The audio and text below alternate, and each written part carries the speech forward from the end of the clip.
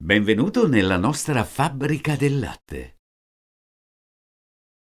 Oggi vorrei mostrarti come funziona la nostra fabbrica.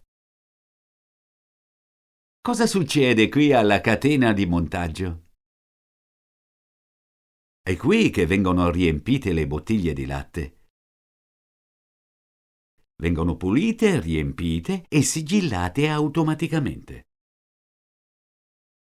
Cosa ci assicura che il latte sia fresco? Abbiamo norme igieniche rigorose e controlliamo regolarmente la qualità del latte. Viene inoltre pastorizzato per uccidere eventuali batteri. Cosa succede alle bottiglie vuote? Le bottiglie vuote vengono sciacquate e riutilizzate dopo il riempimento. Questo riduce i nostri rifiuti e protegge l'ambiente. Cosa succede alle bottiglie di latte dopo? Le bottiglie di latte vengono imballate in grandi scatole e impilate su pallet. Sono quindi pronte per essere spedite a supermercati e altri negozi. Produciamo migliaia di bottiglie di latte ogni giorno per soddisfare le esigenze dei nostri clienti. Ci sono altri prodotti che vengono fabbricati qui.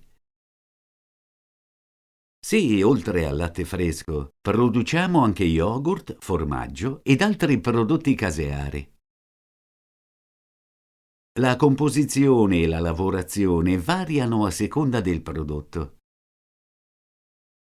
Quanto dura il processo dalla produzione del latte alla vendita?